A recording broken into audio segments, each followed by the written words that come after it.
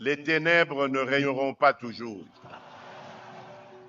Mes chers compatriotes, l'année qui s'achève n'a pas été de tout repos pour notre nation.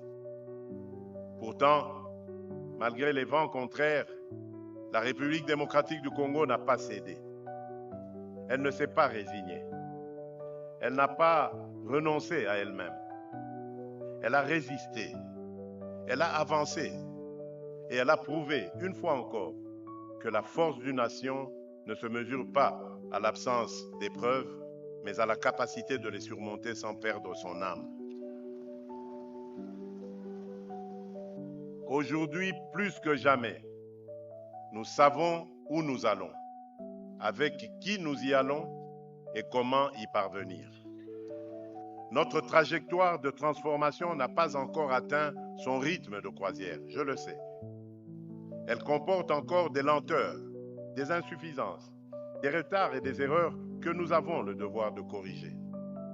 Mais elle est guidée par une ambition stable et intangible, bâtir une république plus stable, plus moderne et plus prospère.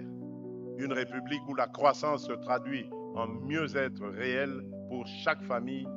Une république où nos ressources naturelles cessent d'être un objet de convoitise ou de conflit pour devenir un levier d'industrialisation, d'emploi et de justice sociale. Une république où la jeunesse trouve des opportunités à la mesure de son talent, de son audace et de ses rêves. À chaque Congolaise et à chaque Congolais, de nos villages les plus reculés aux quartiers les plus densément peuplés de nos villes, je veux redire ma foi profonde en notre pays. Nous ne sommes pas condamnés à la fatalité de la guerre, du retard et de la pauvreté. Nous sommes capables de faire triompher la paix, de consolider la cohésion nationale et d'enraciner durablement l'état de droit. Oui, la République démocratique du Congo est appelée à être un pays solution pour l'Afrique et pour le monde.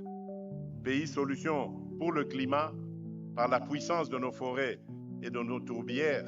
Pays solution pour la transition énergétique, par nos minerais critiques et notre potentiel hydroélectrique unique.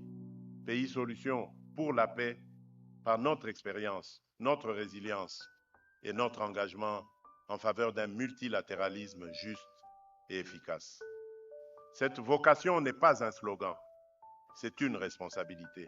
Et elle exige de nous l'unité, la discipline collective, la vigilance morale et le courage du travail bien fait.